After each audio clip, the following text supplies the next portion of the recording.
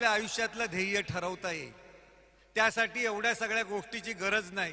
कायम लक्षात ठेवा, जे पायानी चालतात ते अंतर कापतात, जे डोक्यानी चालतात ते ध्येय गाठतात।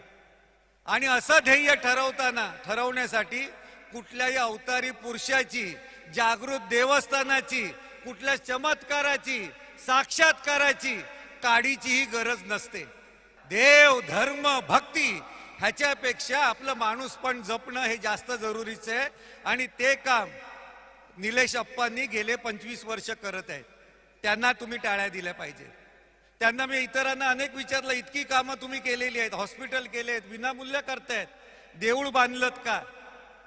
त्यांनी सांगितलं, आम्ही देऊळ बांधलेलं नाहीये।